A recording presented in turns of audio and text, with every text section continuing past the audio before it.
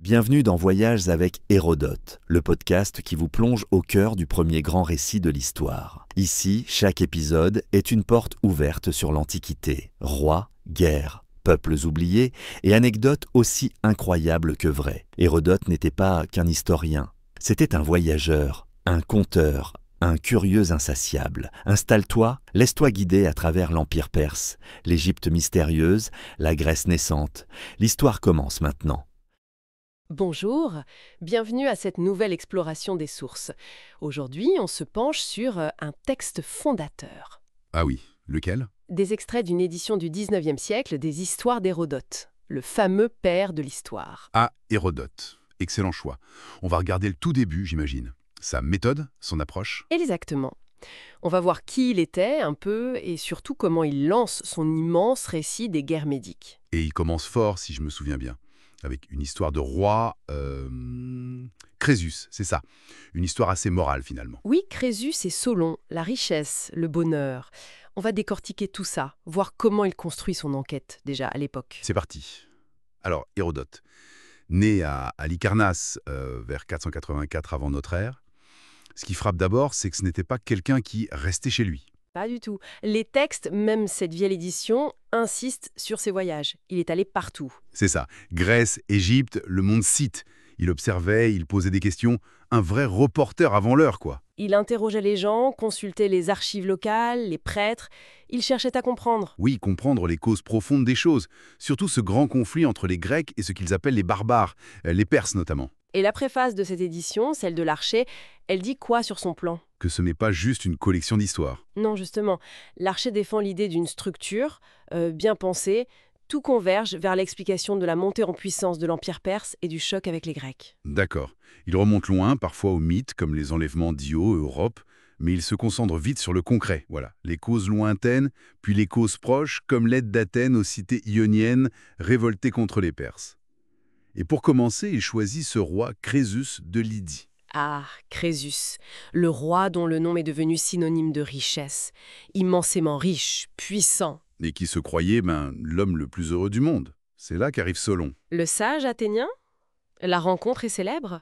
Crésus lui montre ses trésors et lui demande « Alors, qui est le plus heureux ?» Il s'attendait à être nommé, bien sûr. Évidemment, mais Solon pas du tout. Il lui sort d'autres noms. D'abord, Tellus d'Athènes, Qui était Tellus? un citoyen ordinaire, mais qui a eu une belle vie, de beaux enfants, et qui est mort glorieusement en défendant sa cité. D'accord. Et ensuite? Ensuite, Cléobis et Biton, deux frères, morts jeunes, mais juste après un acte de piété incroyable envers leur mère. Une mort douce, vue comme une récompense divine. Le message de Solon est clair, alors. Très clair. Le bonheur, ça ne se mesure pas à l'argent ou au pouvoir sur le moment. La vie est pleine de changements, de revers. Il faut attendre la fin pour juger. Et attention, dit-il, la divinité est souvent jalouse du trop grand bonheur. Une leçon que Crésus, sur le moment, prend assez mal, non? Il est furieux. Il renvoie Solon, en gros. Mais cette leçon, il va l'apprendre. Et de la manière la plus dure. Avec l'histoire de son fils, Attis. C'est terrible. Il fait un rêve. Un rêve prémonitoire, oui. Il rêve que son fils mourra tué par une pointe de fer. Du coup, il prend toutes les précautions possibles. Il lui interdit la guerre, lui enlève ses armes. Mais le destin. Le destin est en marche, comme toujours chez Hérodote. Il y a ce personnage, Adraste, un réfugié que Crésus a accueilli, purifié d'un meurtre involontaire. Et c'est lui qui? C'est lui. Pendant une chasse aux sangliers, chasse à laquelle Crésus avait d'abord refusé qu'Attis participe, Adraste, en voulant viser le sanglier, tue Attis accidentellement. Avec un javelot. La pointe de fer du rêve. C'est terrible. C'est l'ironie tragique par excellence. Crésus, bien qu'anéanti, reconnaît la fatalité et pardonne même à Adraste. Qui ne se le pardonne pas lui-même, d'ailleurs. Non.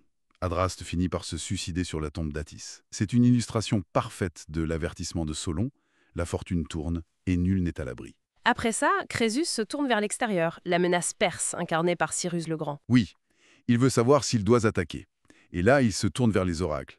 Mais pas n'importe comment. Il les teste. C'est assez moderne comme démarche, non? C'est fascinant. Il veut savoir lequel est le plus fiable. Il envoie des messagers à plusieurs oracles en leur demandant de deviner ce que lui, Crésus, fait à un jour et une heure précis. Et il fait quelque chose de complètement improbable, c'est ça? Voilà.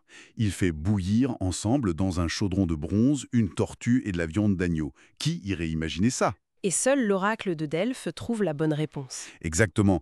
La Pythie répond « Je sens l'odeur d'une torture à carapace dure, cuisant dans le bronze avec de l'agneau. » Crésus est convaincu. Delphes dit vrai. Alors, il consulte Delphes pour sa guerre contre Cyrus. Et il obtient cette réponse hyper célèbre et ambiguë. « Si tu attaques les Perses, tu détruiras un grand empire. » Classique.